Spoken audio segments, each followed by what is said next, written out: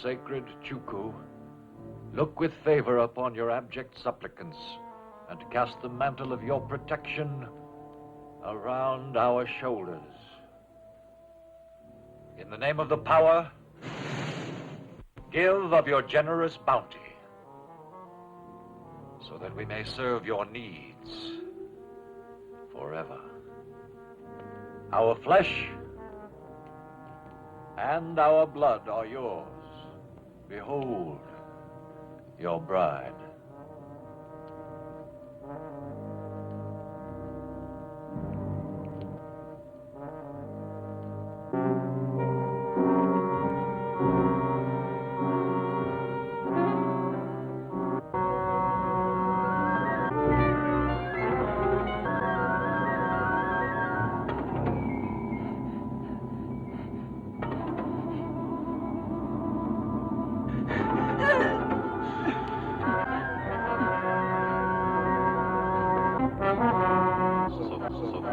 Sacramentum. Sacramentum.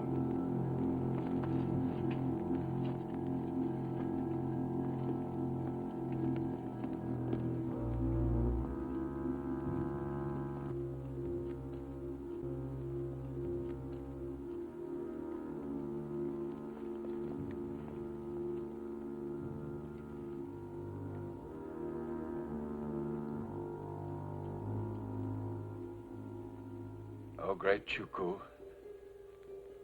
I pray the bloodletting pleased you.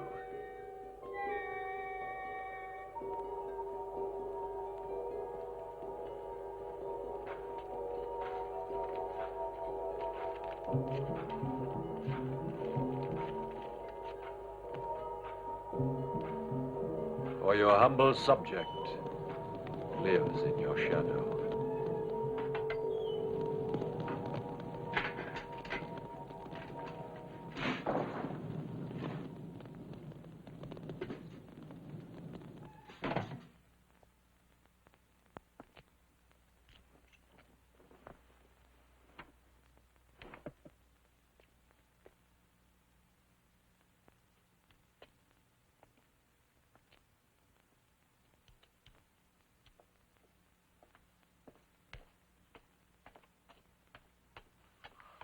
What are you doing here? You know very well. I've every right to be here. I'm witch of the coven. You were expelled. Because of jealousy. I should have led the worship. Get out. Not until I take Chuku. He's mine. Before Alistair died, he promised to leave it to me. He belongs to me. You stole Chuku. He belongs to me, and I'm taking him. You're crazy. This God, it belongs to me and me alone. This altar is his home, and here he will stay. You're not a believer. You're in it for what you can get. To you, he's no God. Get out. And the kicks you get from these sacrifices. Get out! Oh! No longer a member of this coven. Now get out! Get out of here! Get out! Get out! Get out! Ah!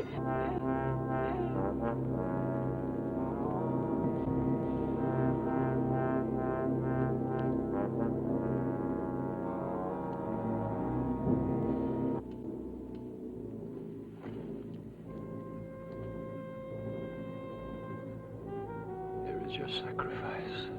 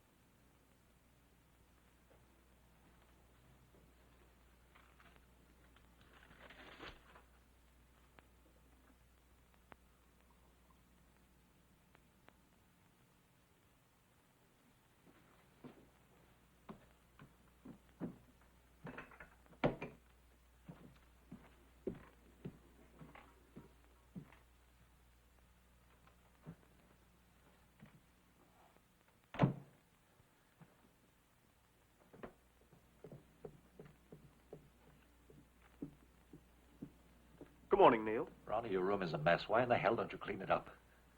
Oh, I'll do it later. Give me some coffee. You'll need 3 cups at least to face that bundle of bills. Why, what's so special about them? Well, they have to be paid. I've sorted out the overdues on this morning's mail, especially that one on top. Second notice from the Inland Revenue. And that Amsterdam export house, screaming for their money. Yes, I know. With a bank balance that won't buy a decent lunch, they'll just have to wait. They won't. Getting nastier every day. Stop depressing me, Ronnie. And while we're praying for a miracle, get your ass over to the stall on Portobello Road and try to stir up some business. Take a couple of those ivory chest sets, the African love rings. They're safer than the pill. Oh, those psychedelic heads and Indian headbands. I'll do my best. Just don't turn down any sale. I won't. I promise.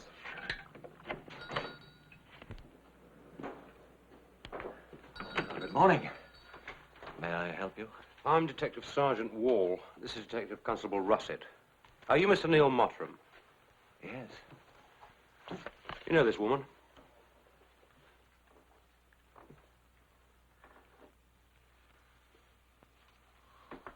She seems vaguely familiar. Her name was Muriel Sharp. Was she a customer of yours? Oh, no. No, unfortunately, no. She came in a few times, but just to browse. Never bought a thing. The last time was 5 or 6 weeks ago. Sure. Yes, of course, I'm sure. Why are you questioning me? A body was fished out of the river by some bargemen near the Isle of Grain. That must have been a grisly sight. It wasn't pretty. I'm really sorry to hear about that, but what has it got to do with me? I mean, you're not implying that... Oh, no, Mr. Mottram, we're calling on you only because your name was in an address book we found in her flat. One of 15 names. Just a routine check. Mm-hmm. Well, perhaps you better talk to the other 14. We will. Oh, thank you. Sorry to have troubled you.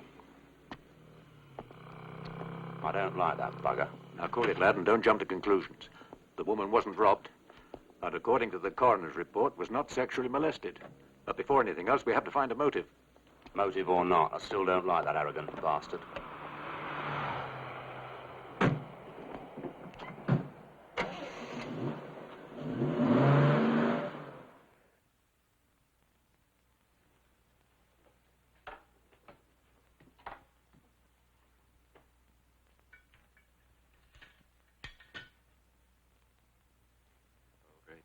Father of us all.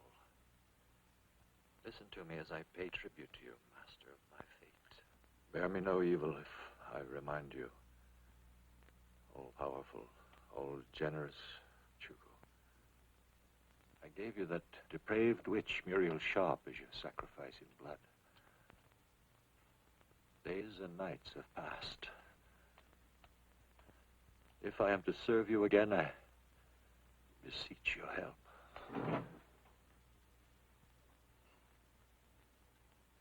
How long have you been back? Long enough to have seen and heard you. Oh. Neil, you killed Muriel. No. It was an accident. Don't stand there like a blithering idiot and don't give me that shocked routine. Chuku demanded a sacrifice in blood, and he got it. You and those crazy witches may call it sacrifice. The police will call it murder! Son, you are, you miserable ingrate. You were starving, a filthy rag, a beggar when I picked you up. Sleeping in Hyde Park, hustling old queens when you could turn a trick. I took you in, cleaned you up, clothed, housed, and fed you, taught you a profession. Someday,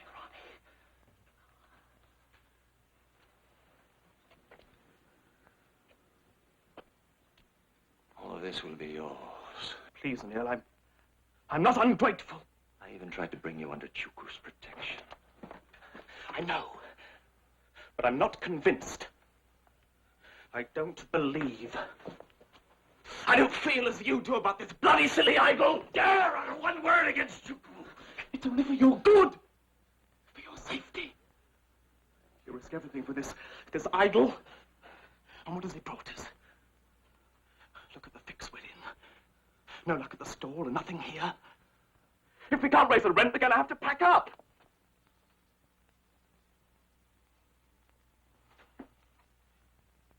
Chuku will help us. But in the meantime, you're right. We must do something.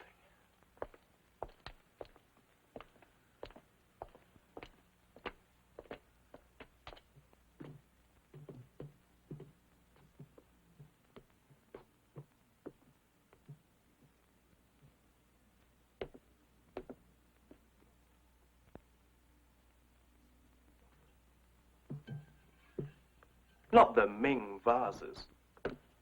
Those white elephants. You might as well junk them. You negative bastard. It's my experience that no matter how odd the object, somewhere there's a buyer for it. But, with these, we could have a long wait. Look, I know you're attached to this antique desk, but I know an old solicitor who fancies it. I could squeeze 100 quid out of him. I know I can. Well, that would help. I'll ring him. I'll clean out the desk.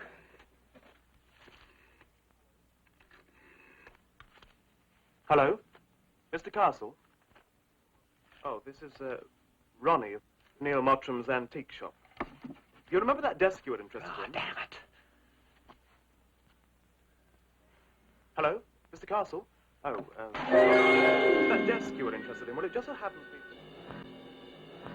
There must be more than £1,000 in gold coins here. I can't believe it. We can pay off everyone. I told you, Ronnie, Chuku is a generous god. Just like in Africa, under his protection, we will grow rich. Give him a sacrifice, and you get the reward. Surely now you believe. You must never doubt.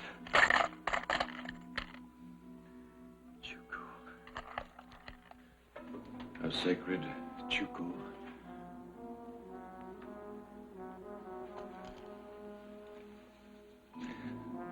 Your grateful believer thanks you for your generous protection. And once again, I pledge eternal service. We shall never forget. We shall always serve you.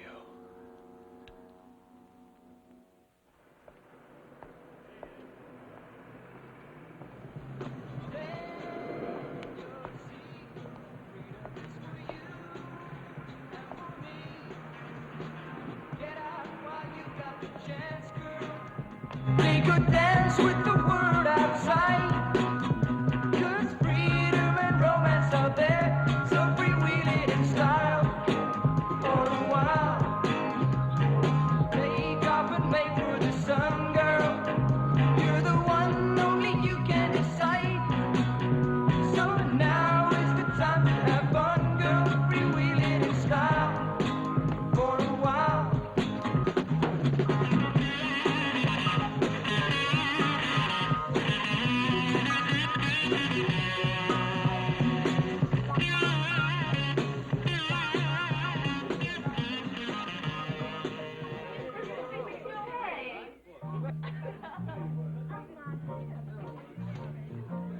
Thanks. Are you trying to pick me up? Let's not say pick up, let's just call it British hospitality. I drink to that. Well, I thought London might be a drag. No. Not the London I'm going to show you. No. I bet you could improve on Rome. Then you didn't like Rome? Left a bad taste in my mouth. No. Why? What kind of men did you meet there? Mostly cooks. All hands. On a one-block walk, I had my ass pinched 11 times. An awful lot of weirdos around, and who can tell what it takes to please them? My last Italian Romeo really sold me a bill of goods. He used to call me his Madonna. Said he was madly in love with me and even proposed marriage. And then he took off with all my checks, money, jewels, except my ring. Well, at least you saved something out of the wreckage. This ring, and you might say my skin. Yes, that's, Oh, that's lovely skin. Now tell me, after you lost everything, how did you manage to come to London? I cabled my dad. He has a very good business in Stockholm. He's used to me needing money. I've been traveling along, sort of doing my own things since I was 20. Every now and then I get jammed up, and Papa bails me out. Yes, dear old Papa. And then there was nobody that you could count on over here. No, I'm on my own. No strings attached. I like it that way. Yes, so do I. Just me and you. Should we carry this one step further?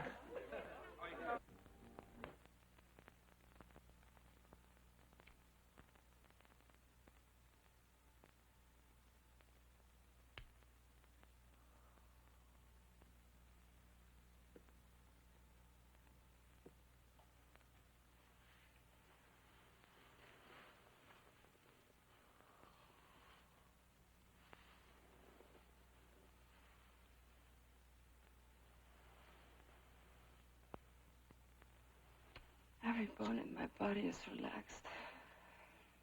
I had a hunch you'd be grateful. The right chemistry. The best. I like everything around here, including all that antique jazz. I love to stay. But you could get bored. Not with you. You're very different. Thanks to Chuku. Even if he is invisible, his presence is here. What are you talking about? How I love God. You? It may sound strange to you, but What's all this love God bit? Sounds kinky to me. it won't after you've met him. You mean you're not making all this up?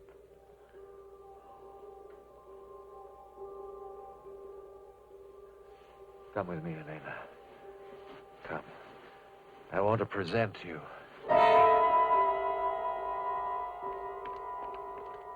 What is all this? Where are you taking me? Now, don't be frightened. We are in the presence of the great, all-powerful Chuku, our love God.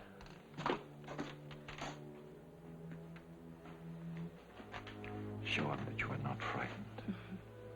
Now, come on, let's go back. No. Not till you've revealed yourself to him. Show him how beautiful you are, Helena. Come on now, darling. Come. Dance for him. You're crazy. Come on. Dance for him. You're crazy. Come on, No, dance. I don't want to dance. I want to dance for you. Him, this whole thing is crazy. Damn it, Dance! Dance! Boy! I can't dance.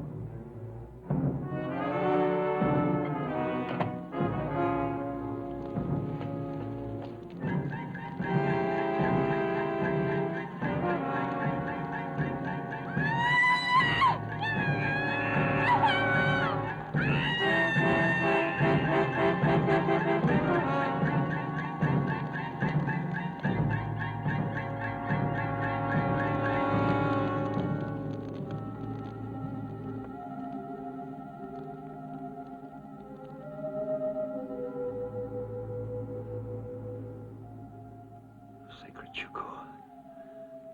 At your feet, I humbly place this sacrifice.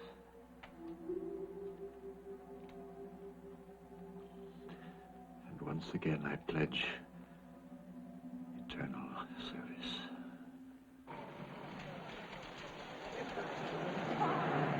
Well, it don't go yet. It's too early to desert us. I'm working, remember? Well, if you change your mind, the action's in my place, okay? Bye. Bye.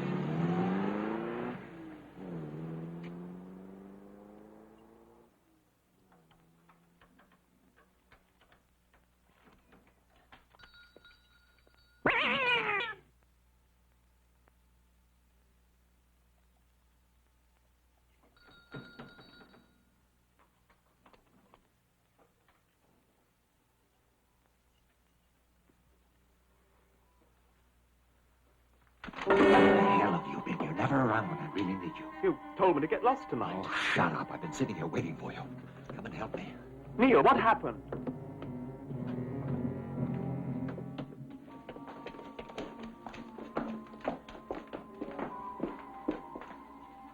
My God. What have you done?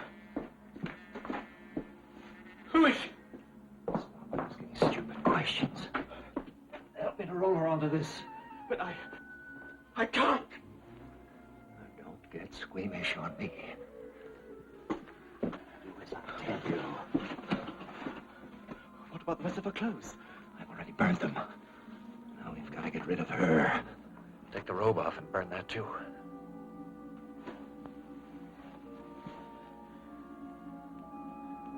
How about this ring?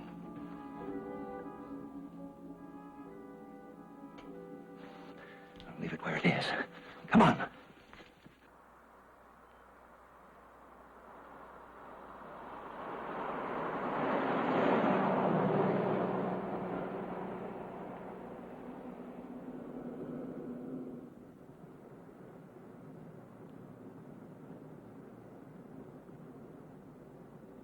We're being followed.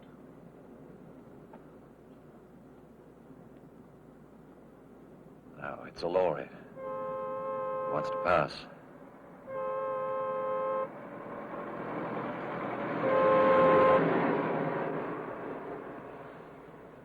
Light me a cigarette and stop worrying.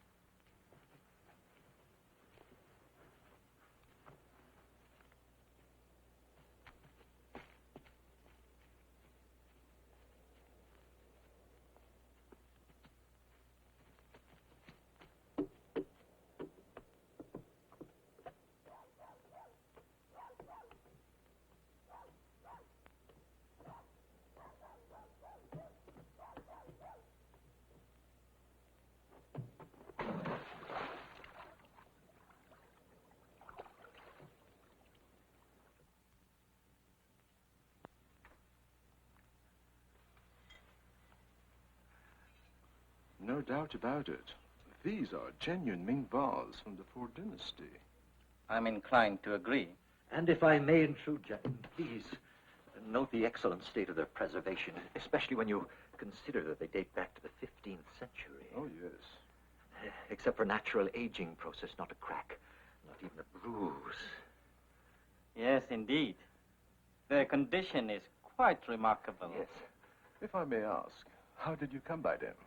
Oh, gentlemen, I am not at liberty to disclose all of the details, except to assure you that it was a fortuitous state purchase under a court order. After all, who can fathom the secret journeys of priceless art objects? Quite true. Quite true. Speaking of rare art objects, what are you asking for them? Actually, as museum pieces, they are priceless. But I could let you have them for £5,000. The price is rather high. Oh, but there are no others on the market. Mr. Mottram, we will take them off your hands for £4,000.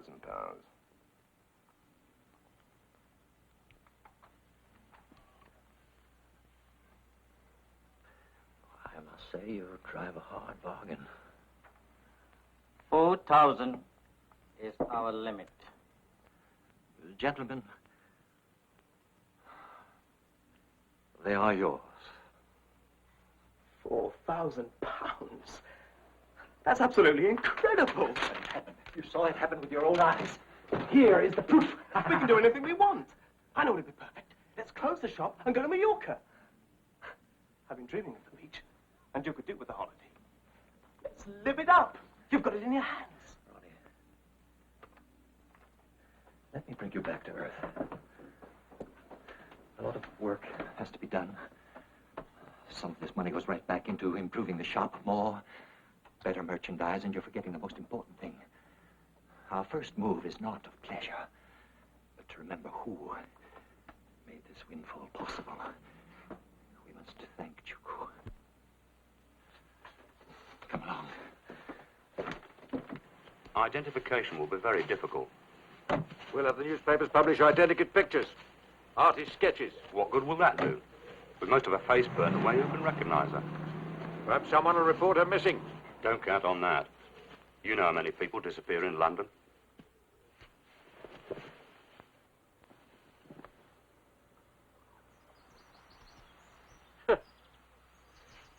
One thing's for certain, the motive wasn't robbery. Just look at this ring. Must be worth £1,000. Whoever killed her wasn't interested in loot. But what we do have is a pattern. 2 mutilated bodies fished out of the river. Neither one robbed, and both very dead. That still leaves us without any answer.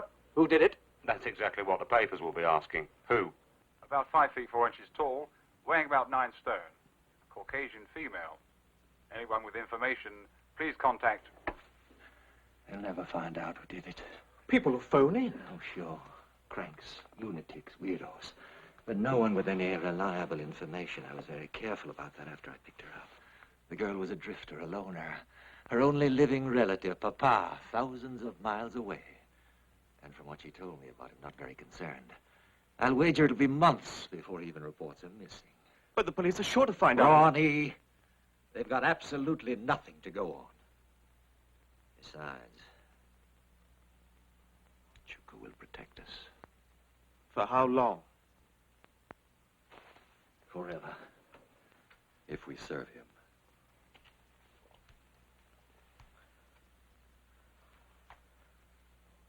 And serve him we must. Hello? Hello, Aunt Louise. This is Neil.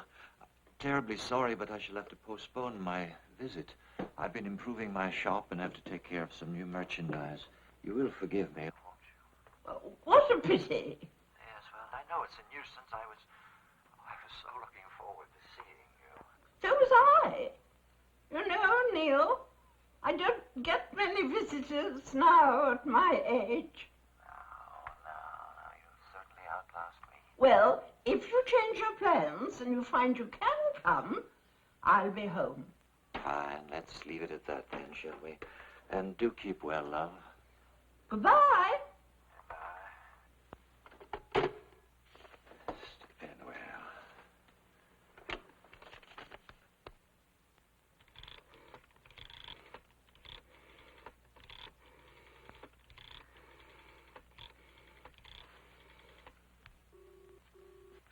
Oh, hello, Mr. Penwale. This is Neil Mottram. I wrote you last week. Yes, of course. I've been expecting you. Yes, that's why I'm phoning. I shall make the trip this Saturday and bring the Indian brasswork. I think you'll be quite delighted because I was able to acquire some very interesting objects. Quite unique. I'm very eager to see them. Saturday is fine. About what time will you be here? Oh, in the late afternoon, about 5. I'll be here waiting. Yes, thank you very much.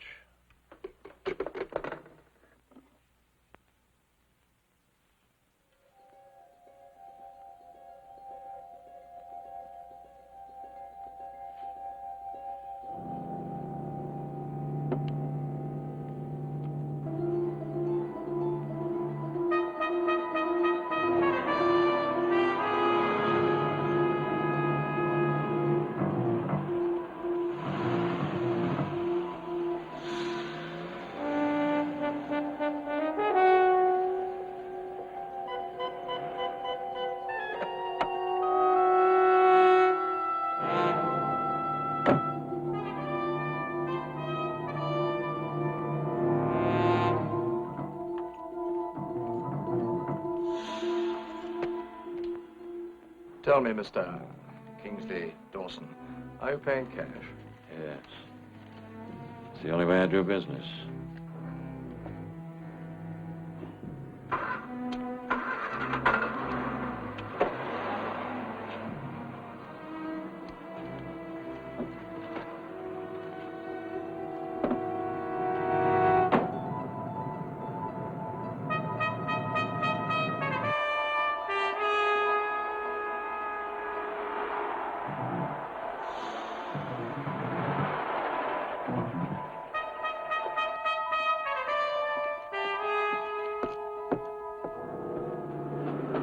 Yes? London, please. Returned. There you are.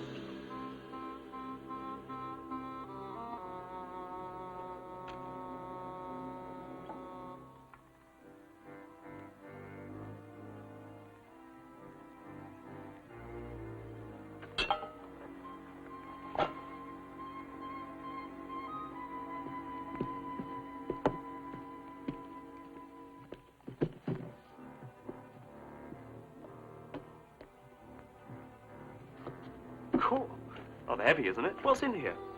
It's loaded with that Indian brass work for Mr. Penwale. I'll put it in the van for you. No, I can manage, thank you. How long will you be gone? Oh, just overnight, unless I'm delayed by an estate sale. I'll take a look at the local papers and see if there are any auctions. Otherwise, I'll just deliver the brass work to Mr. Penwale. Well, don't hurry back. It will do you good to get away. And while I'm gone, Ronnie, you stay here and don't leave the store. Of course I won't. Have a successful trip.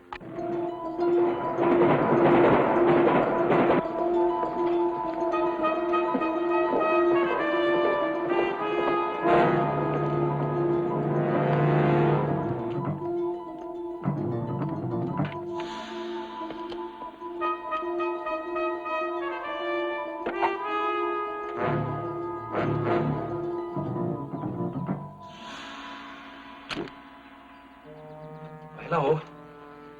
Rexford Garage. Look, I just can't get my van to start. It's in the car park of the pub in the village. I'll leave the keys under the floor mat. Would you be good enough to tow it into your garage, and then I'll call you later.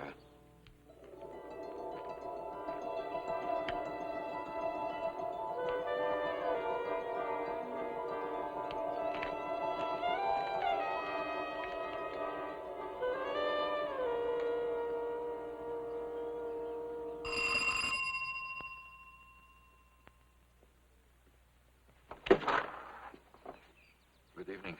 I was wondering whether you might have a room for a stranded traveler.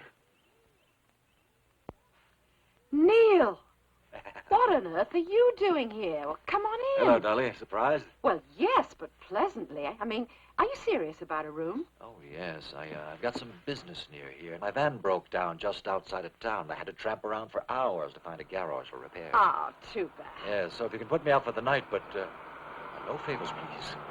I intend to pay the same rates as any of your other guests. Well, we'll worry about that later. Come on. Still got it, Dolly. You don't change, do you? You're not married, are you? Oh, hello, love. Have a good time at bingo. No, I'm not married, actually. But I do have a boyfriend, a very jealous one. He works as a steward on a cross-channel ferry. Tonight, he's in Ostend. Oh, that means we could, go out to dinner. I'll buy you the best meal around here.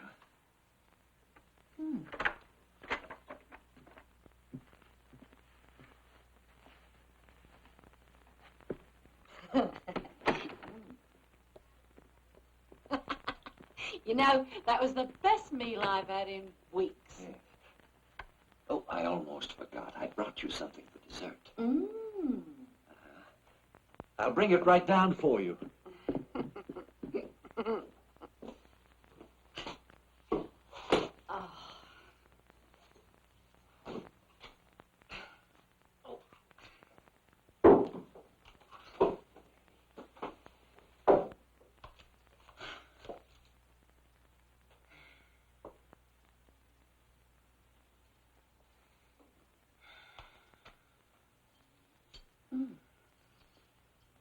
Cherry brandy. You remembered? Yes. It's your favorite. Yeah. Have some.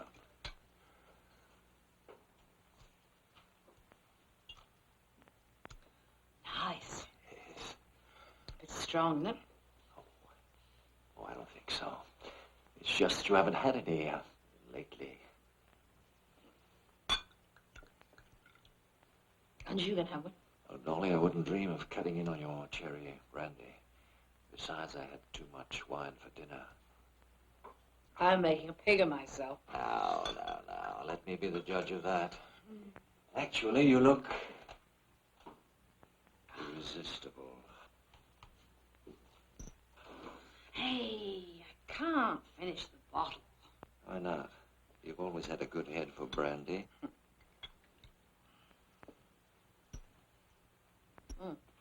You're trying to get me sloshed. No. I'm just trying to lower your resistance. You really don't have to. I wouldn't want to get too drunk to enjoy our lovely reunion. Let's go upstairs. Come on, beautiful.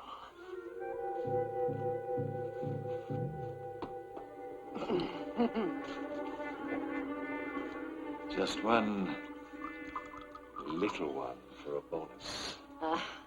You know I'd never refuse you anything.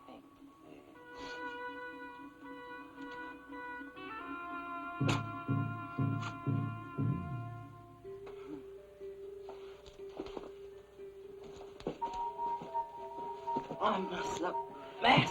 You're lovely, Dolly. Lovely.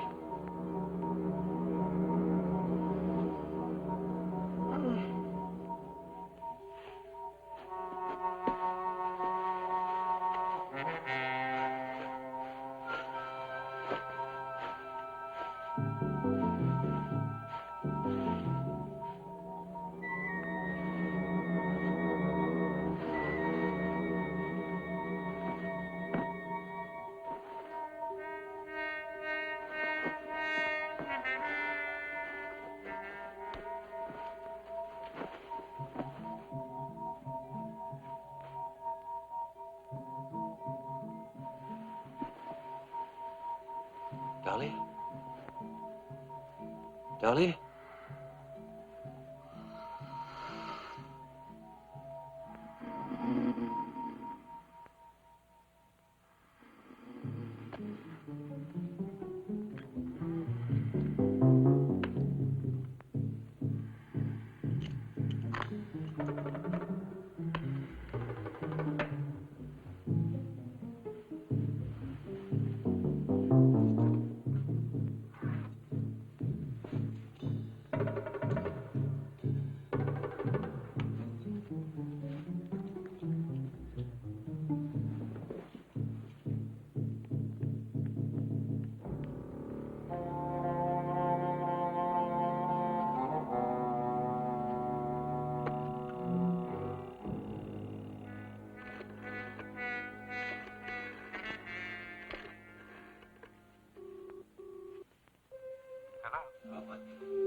Could I speak to Mr. Penwell, please?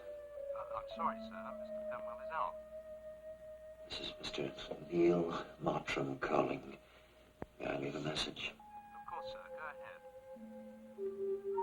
Tell him I was delayed because my van broke down. However, I can arrange to bring the brasswork tomorrow afternoon. I shall phone first. I'll give him the message when he returns. Thank you very much. Bye.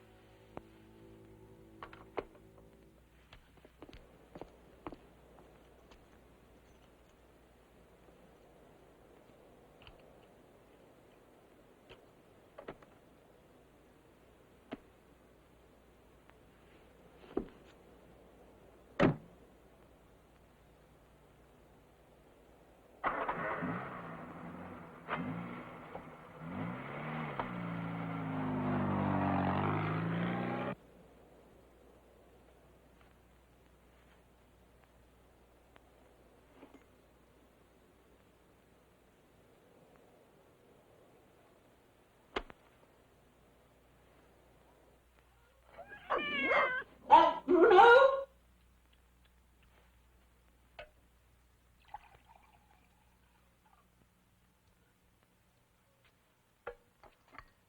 Come on, children.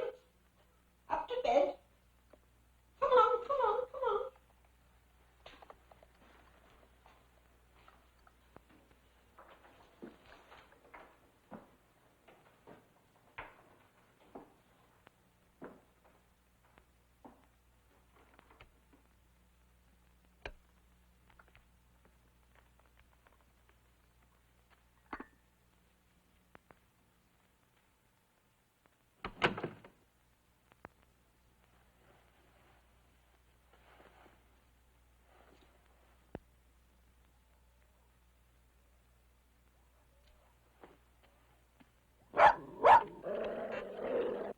Oh, be quiet. All right. Nobody there. Oh. Yeah.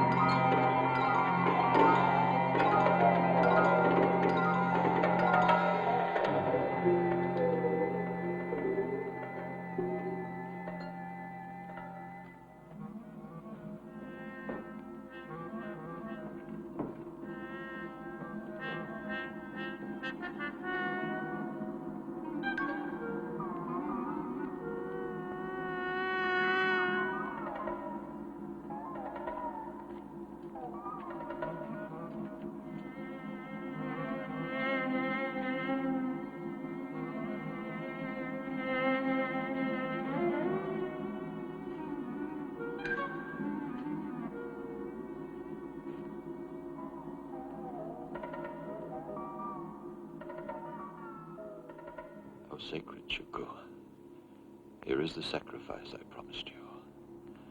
This body and this soul now belongs to you.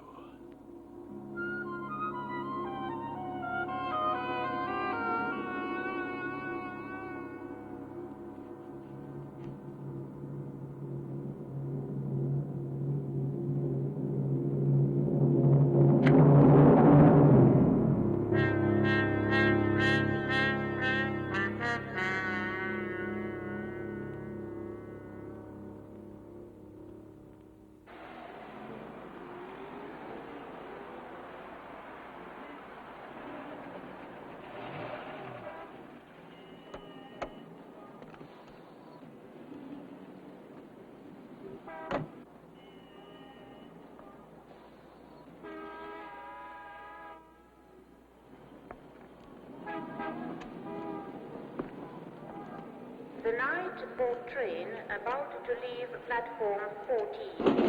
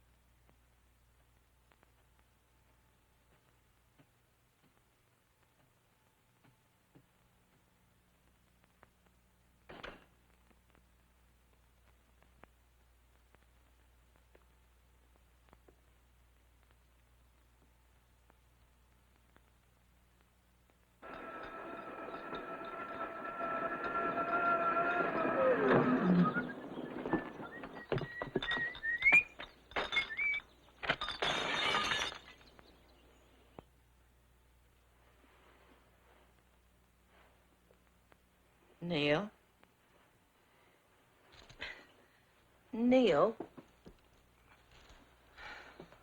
Huh? Oh. Good morning, beautiful. Must be close to noon. Yes, well, you deserve the rest. I had the strangest dream that you were gone. I'd be a fool to get out of a warm bed with you in it. Neil, did we? Did we ever? In a way that I shall never forget. Then I didn't disappoint you. Oh, darling, you were absolutely marvelous. You're everything I ever wanted in a woman. Then why are you rushing off? I've got these darn brass works to deliver, and I'm late already. You go back to sleep, huh? I can't sleep. I'm awake now, and I want you. Yes, well, I want you to, darling. I really do, but I've got to go. Maybe next weekend, huh?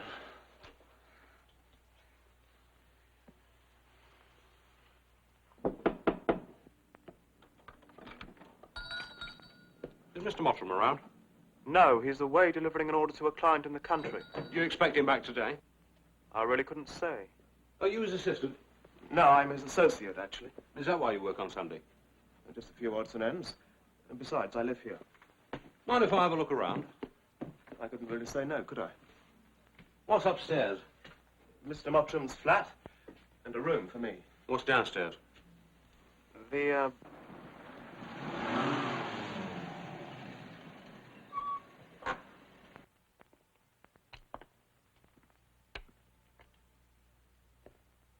As you see, we keep one or two things down here. A workbench, a few tools. When we can, we touch up and repair antiques. Hmm.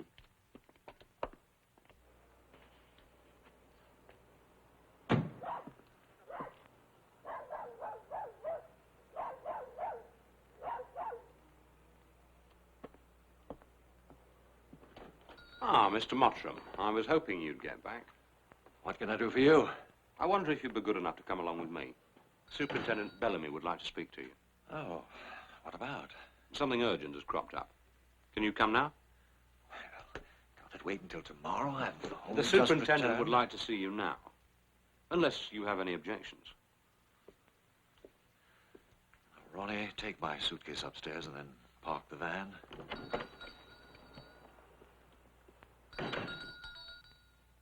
Now, Superintendent, if you'd please tell me why I was dragged away from my shop just as I arrived after an exhausting weekend business trip. I'm sorry, but it was of the utmost importance.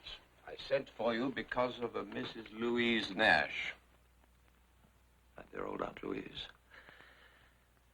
Now, you're not going to tell me that she's committed a crime. Hardly. Mrs. Nash is dead. How? Some kind of accident. Why do you say that? If Aunt Louise had died a natural death, you certainly wouldn't have summoned me here. Your aunt was murdered. Her body was discovered early this morning by a milkman. Aunt Louise murdered. Stabbed in the throat. Must have happened between midnight and 5 a.m. Have you found the killer? Not yet, but we will. Mr. Mottram, you don't appear to be too shocked by what I've told you. I'm a realist. Sure, it's a horrible way for Aunt Louise to die, but all things considered, she had a good life and a long one. Her husband made up provision for her. She had a lot of money? As I said, she was very well off. Any idea who is going to inherit her money? Once, when she was in a very good mood, she told me that she would remember me in her will.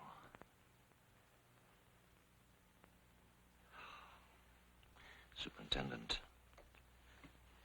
you don't think I killed my aunt for the money? I didn't say you had murdered her, Mr. Mottram, for her money or for any other reason. Yet you haven't ruled me out as a suspect. Otherwise, why bring me here? All I would like you to do is to help us.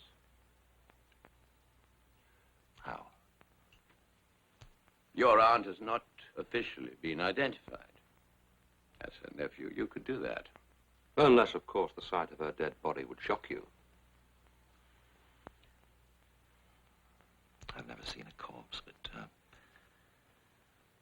if it is necessary, I could try to bear up to it.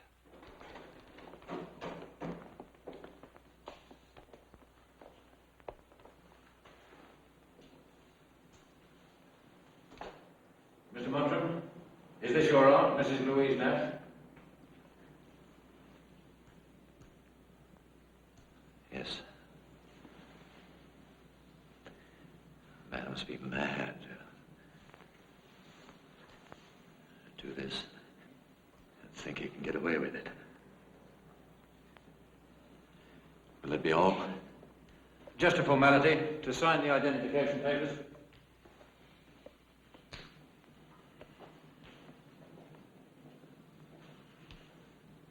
Here.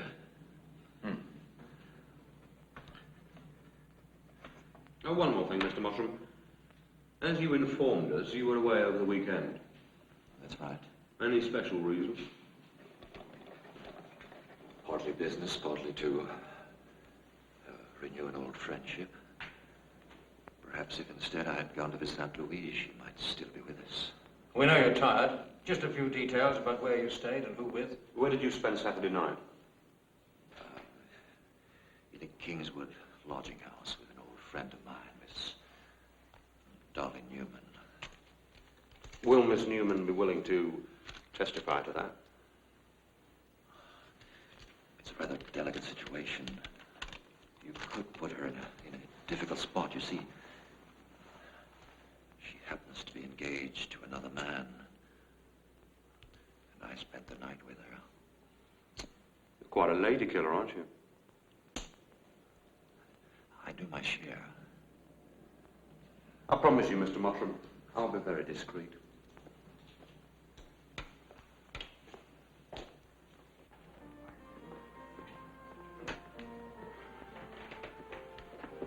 I rather thought, Miss Newman, you'd prefer to talk here. Yes, I do appreciate it. Luigi'd be furious if he found out. It's that Italian blood, you see. And he's crazy jealous. I mean, if some man so much as looks in my direction. But this little episode went further than just looking. Well, yes, we did get carried away. I won't lie about that. And Mr. Mottram spent the night with you? Well, I went to bed with him, if that's what you mean. What time? Oh, really, Sergeant, I wasn't clock watching. I was full of food and wine and feeling no pain. And then? Well, then I woke up and I was with Neil. As I say, I don't really remember too much about it. I had such a lot of cherry brandy, you see. It's my weakness. Anyway, I did spend the night with him, yes. Does he call on you often? Oh, this was his first visit in 3 years. 3 years? And no communication in all that time?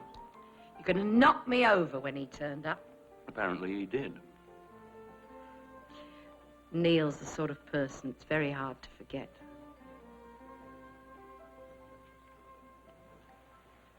Hey, I don't want you to think I'm the sort that flops into bed with any Tom, Dick, or Harry. Of course not. And really, what you do in your own bedroom is none of my business. I've had all angles of your story checked out. The van was picked up by the Rexford garage and fixed. He did call on Mr. Penwale and transact some business in brass antiques. I don't think he's our man. And I'm certain he is. Well, if you question him, he won't crack. Oh, I'll give you that. He's got nerves of steel. I watched him when he was staring at the corpse of his aunt. Well, he seemed in a state of shock. A put-on. I know he turned away as delicately as a ballet dancer, but he didn't fool me. He'd have high tea on a slab in the morgue and enjoy it. And don't forget, you checked out his story. He spent the whole night with Dolly Newman. That's his alibi. Look, I saw Dolly, you didn't. Whatever else Mottram may be, he certainly looks fastidious. That Dolly woman is not the kind of bird he'd go for. In fact, one would have to be pretty desperate to sail into that port. O Lord, we beseech thee to bless this grave to be the peaceful resting place of the body of Louise Nash. We restore to thy divine keeping her soul, and to the earth her remains. May she find everlasting peace in thy care. We are gathered here for the reading of the will of the late Louise Nash, which I drew up myself a year ago. It is a simple document, brief and to the point. I, Louise Nash, being of sound mind and memory, do declare this to be my last will and testament. To my dear best friend, Mary Lonsdale, I bequeath £1,000, and to the Maybury Home for the Aged, £500. To Frank Trainer, my faithful gardener, all of the tools in the potting shed. Very thoughtful of her. Yes. All the balance of my estate, stocks, bonds, bank deposits, and other effects, together with the freehold of the property known as the Laurels, I bequeath to my nephew, Neil Mottram, my only living relative.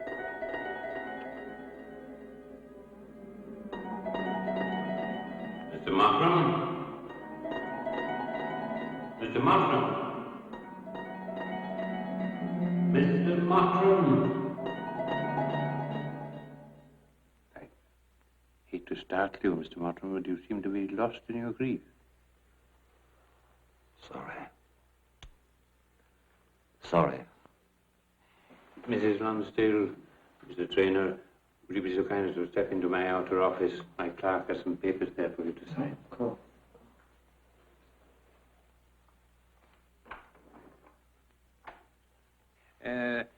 This is a private discussion, Mr. Mottram, concerning your interests only.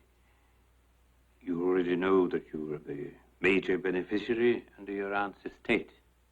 Poor Aunt Louise. Yes, indeed. I hope you don't mind, but I have taken the liberty of finding out a few facts. I had, of course, the full cooperation of the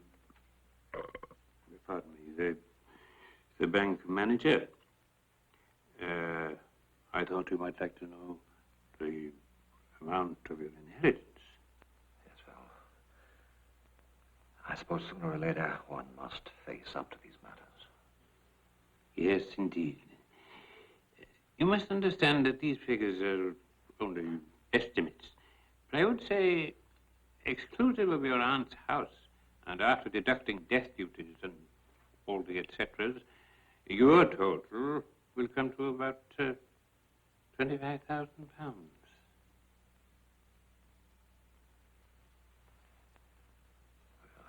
I had no idea Aunt Louise had that much. Oh, yes. Yes. Her investments were very sound. And although, to say so myself, she was very well advised in business matters.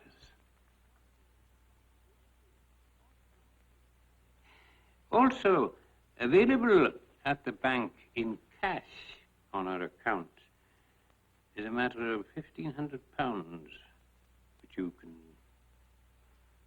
pick up immediately. About the house, well, it's open for you to occupy whenever you like. I have no intention of moving into that house. I mean, well, I would feel a bit queasy about living in a house where Aunt Louise was murdered. I do understand it. I mean... in fact, I would like to dispose of the property. Oh, if you so wish, I could easily put it on the market. Yes, please do, including the furniture. As soon as possible, I would like to erase that awful memory from my mind. Yes, I don't blame you. It so happens I do know of a very good firm of estate agents who could take care of the whole matter. Yes. Cheers. Yes, cheers. This much we have established. Mottram left his shop in Spalding Street around 12 on Saturday. En route, he had lunch at a pub in Fairford, after which he drove to the outskirts of Kingswood where his van broke down. He phoned Rexford Garage from there, and about 5 o'clock they came round, picked up the van, and towed it back to the garage. Mottram then walked to 14 Mercer Road, where he met Dolly Newman and engaged a room. They had dinner around the corner at a restaurant called La Strada at 8 o'clock and walked back to the boarding house. Then supposedly he spent the night with her. After leaving Dolly Newman, the following morning he picked up his van, which had been repaired, and drove to Sidford, here, where he called on a Mr. Penwale with some brass antiques.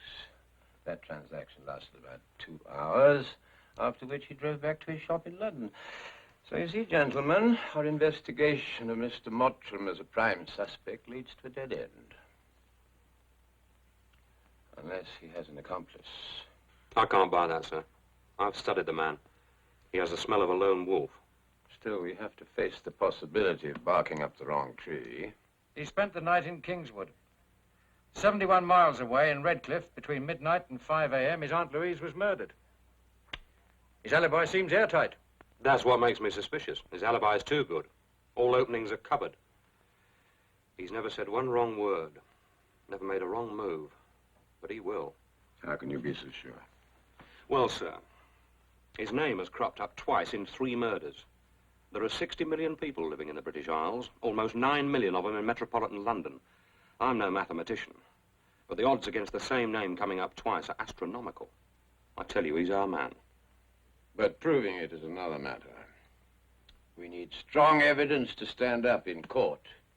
If we could only crack his alibi. Dolly Newman. She's the only weak spot in our story.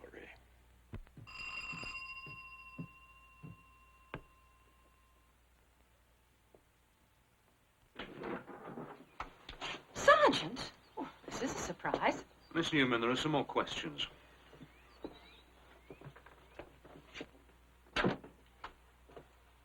You know more about Neil Mottram, much more than you've told me. I'm going to get the whole story. Now just clear your head and think back. You told me you hadn't seen him in 3 years. That's right. When did you first meet him? Well, actually, it was a pick-up in a pub in Piccadilly. Oh, nothing vulgar. I don't go for rough trade. And after we'd had a few drinks, I asked him to give me a lift home. And at the door, he asked me for a date, and I said yes. Where did he take you? Dinner, pictures. That's all. The first time, yes. Oh, he wasn't the pushy sort. After a while, well, we did get quite chummy. How long did that go on? About 6 months. Why did you stop seeing him? He had weird ideas of entertainment. I mean, his idea of a good night out was to take me to a coven. You know, all those crazy witches and things. Frightened me out of my wits. And then I suddenly realized that he was all involved with this black magic. I mean, he tried to get me involved as well, but I just thought it was ridiculous, and I told him so. Witchcraft isn't my cup of tea. I mean, I didn't want any part of those kooks. What went on at those sessions? Oh, they were wild. In the woods, flaming torches, and a fella all dressed up as a high priest with big devil horns. Oh, they suddenly brought in a young girl and started talking a lot of mumbo-jumbo about being offered as a human sacrifice. Oh, great Shuku, father of us all. Listen to me as I pay tribute to you, master of my fate. I thank you for the generous gift you have heaped upon me. I swear renewed allegiance to you, my sovereign. Save and protect me in all I do. Our bond is sealed in blood.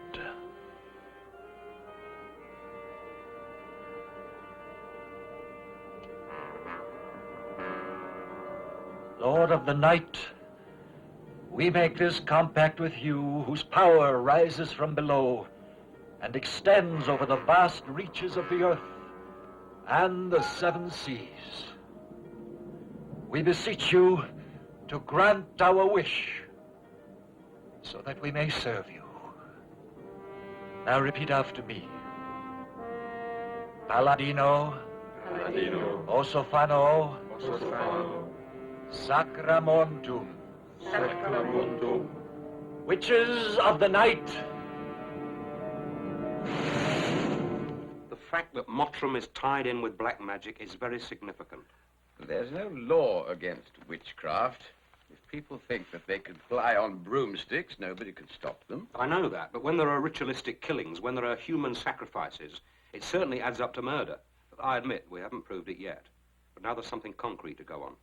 We've connected Mottram with black magic. 3 women have been murdered in the last 8 weeks. We've ruled out rape and robbery. 2 have been fished out of the water, and 1 was found on the lawn of her home. Each a victim of strange mutilation. They look like ritualistic murders, and in 2 of them, as we know, Mottram's name has come up. Where is the place to be now?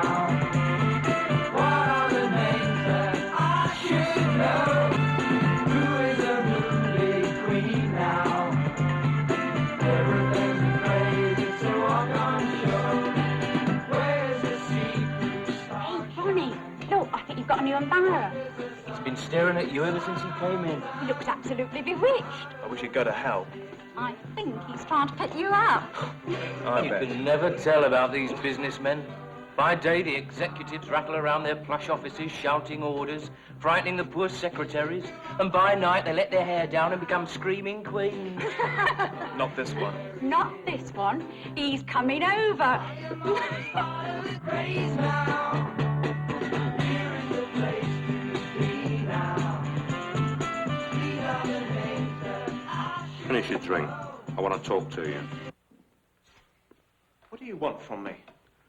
First, I'll tell you what I don't want. That's a lot of palaver and lies about your boss. I've already told you what I know. Not all of it, Ronnie. Yes, I have. Don't play games with me. You tell me the truth or I'll knock it out of you. You've no right to push me around like that. Don't tell me what to do. I want to know about Neil Mottram and his black magic. How deep is he in witchcraft? I don't know what you're talking about. You're a stinking liar. You call yourself his associate. You live in his flat. You must share his secrets. Has he ever taken you on one of those visits to the Prince of Darkness? Never. All I know about is my work at the shop, buying and selling. Don't give me that. You tell me the truth about Mottram. I've given it to you! Ronnie, it seems I'm not getting through to you. Well, we'll just have to start all over again. I can't stand it, Neil! The way they questioned and slapped me. He nearly choked me to death. I tell you, this Sergeant Wall is onto you. He knows you're into black magic. One more day and I'll make her run for it. Hysterical ass. Run away to the arms of the police. Don't you understand, Ronnie? That's exactly what they're hoping you do. Run! You play their game now!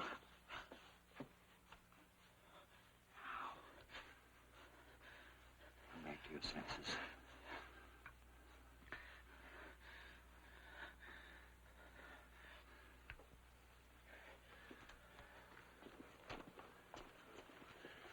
Ronnie, black magic is no crime.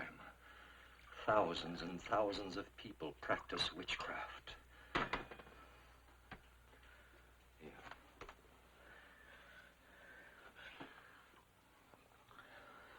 Even if they can't prove anything, I'm still scared.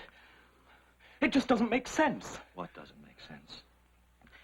The fix we're in. You've just come into a bloody fortune in cash. More money than we've ever dreamed of. With the sale of the house, nearly £60,000. We could close the shop, travel, get those damned buzzards off our backs, enjoy life, feel safe. You forget one thing, Ronnie. Who made that fortune possible? Chuku. Oh, yes. We can run away from the police, but never from Chuku. As long as we serve him, we are safe. He will always protect us. How? On whose terms? You know the answer to that. Well, that means what it's always meant. Sacrifice, a reward, then another bloody sacrifice. When does it all end? Never. This is Mr. Lombardi. Mr. Peter Lombardi. Oh, Mr. Lombardi, were you referred or did you read me notice? Yes, on the board in Soho. I would like to call on you. Oh, very well. The address is 214 Ashland Place. It's flat 5 on the second floor. 214. Ashland Place. When are you thinking of coming? This afternoon. Oh, we're in a hurry, are we? Well, I can understand that. But we'd better make an exact time, because you see, the kind of massage that I give is rather popular. It's quite electrifying, in fact. Yes, I'm sure.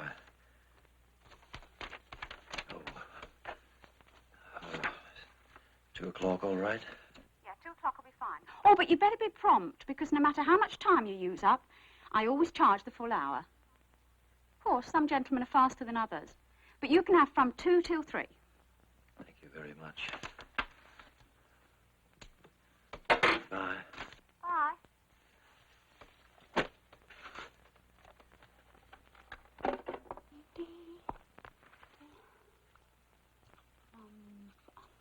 Lombardi, 2, 2, 3.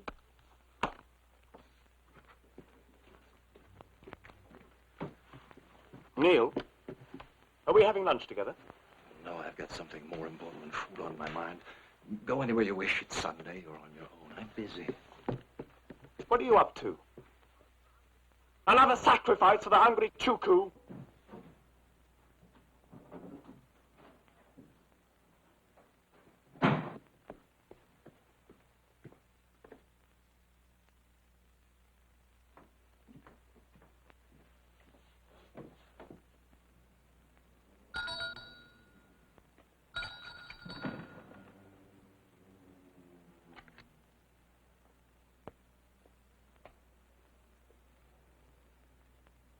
Follow on. I'll keep an eye on the shop.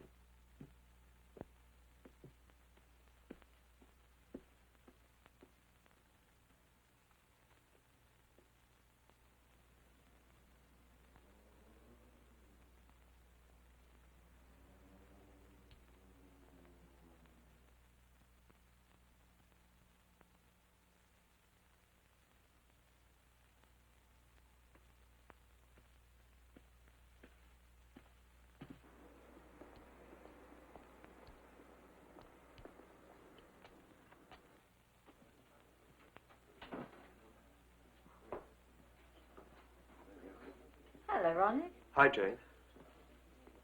What you gonna have? I'll have a scotch. A large one.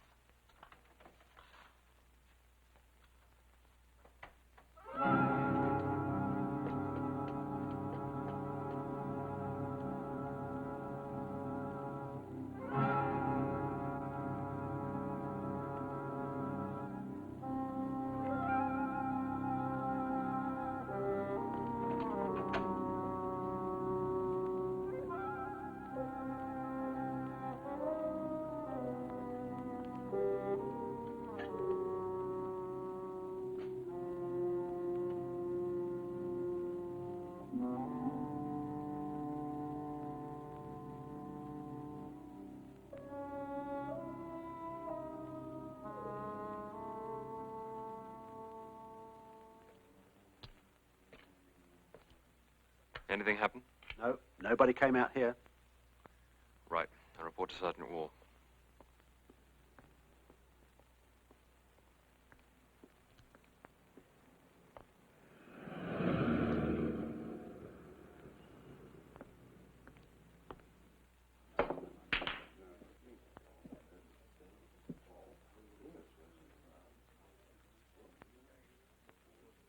Jane, I'll have one more.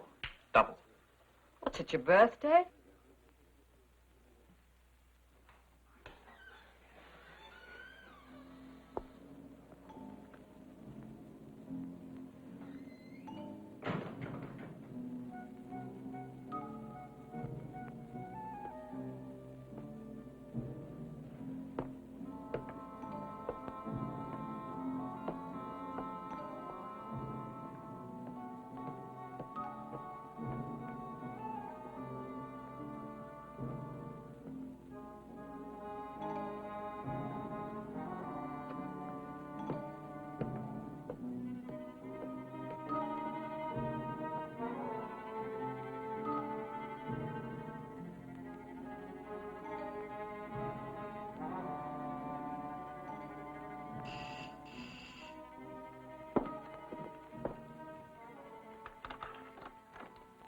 Who is it?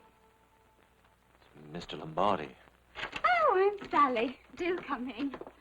I do hope you don't mind me asking, but I always wait for the party to identify themselves. That way I can be sure. Oh, we are prompt, aren't we? Practically on the dot. Yes, you did warn me to take advantage of the full hour. Yes, yes. Good shopper, are we? I like to get my money's worth. Oh, you will, you will. Come on, sit down. And talking of money, as you were, you know, I never speak about it on the phone. It's not elegant. It's not very discreet. No, it's not discreet either.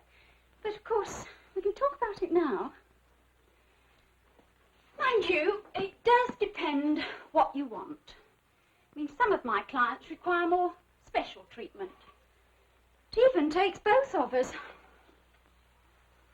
Both?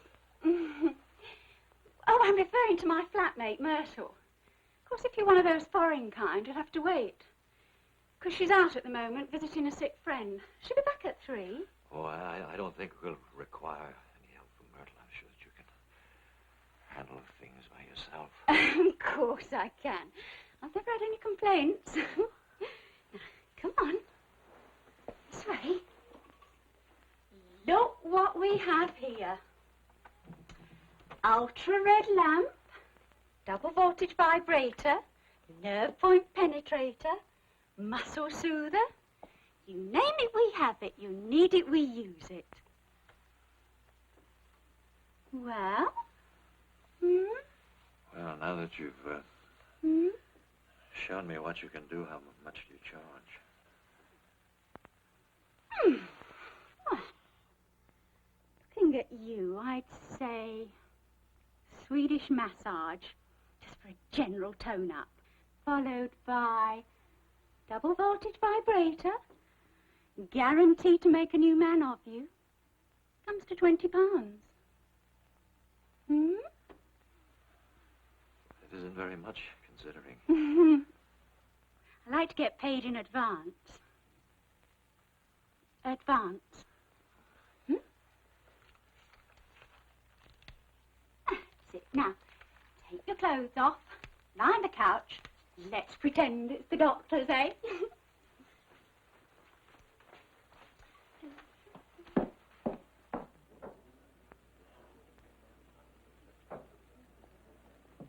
You gonna have another one, Ronnie? No, I've had enough. I've really had enough.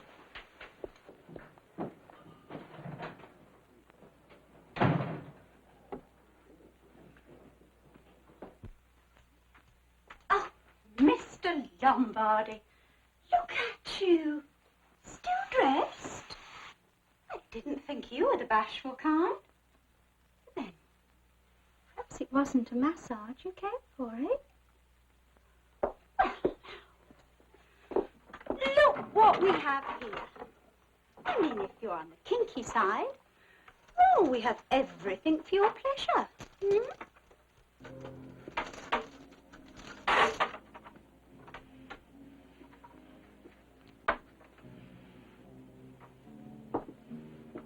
You're right, Sally. I didn't come from massage. Oh, you are a soft one, aren't you?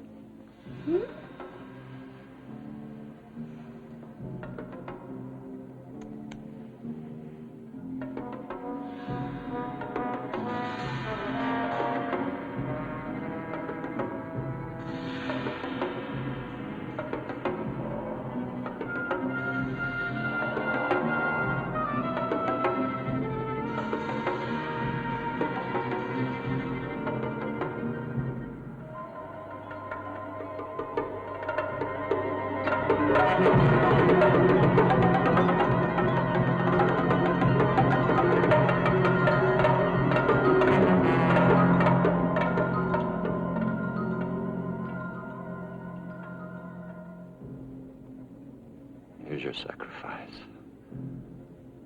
as you required.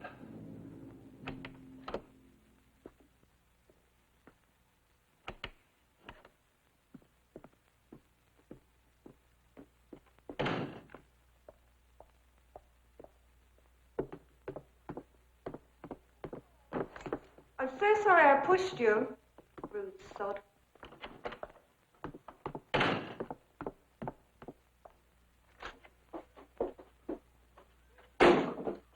Rude bastard!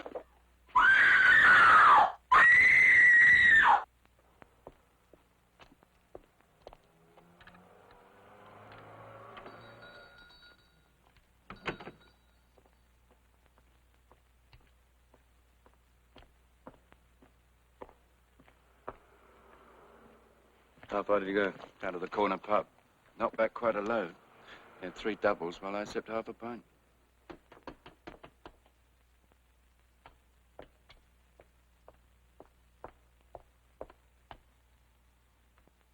Calling car K3. Calling car K3.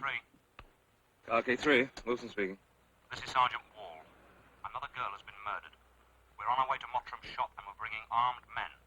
Do not attempt to enter. Wait for our arrival. Over. Message understood. Over and out.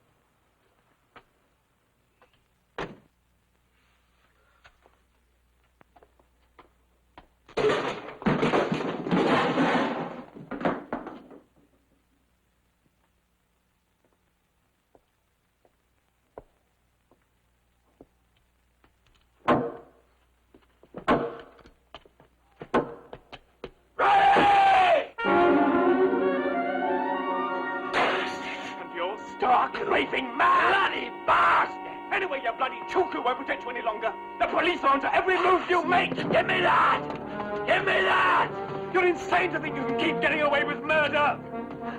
I'm putting an end to this devil.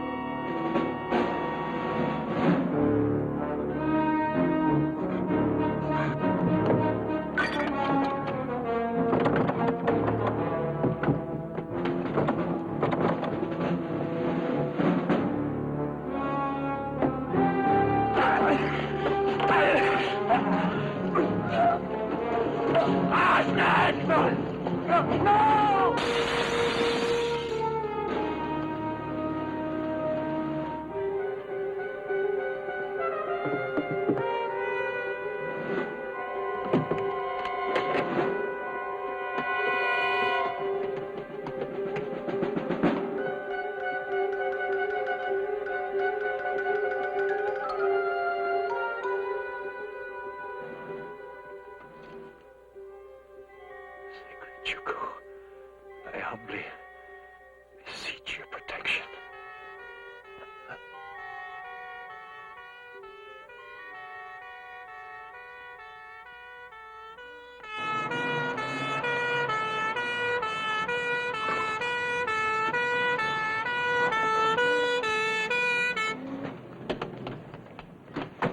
Where's Mottram? He's inside. Get in the back door.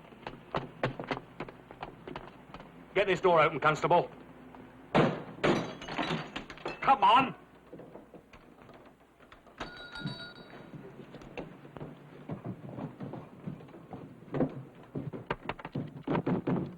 Mottram, open up. Open this door.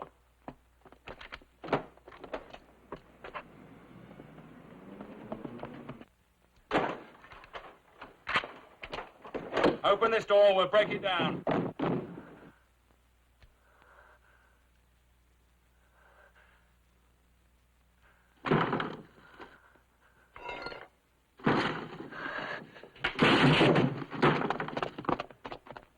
Stand back, Wall. Back all. Chop you in half. Stay back. Stay back!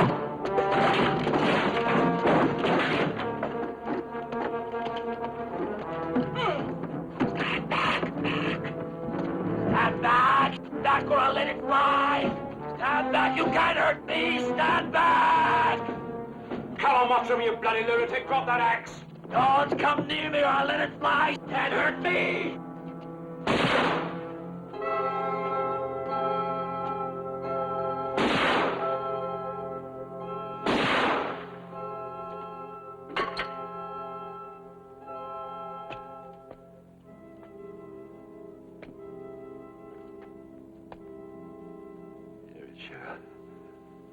Last sacrifice.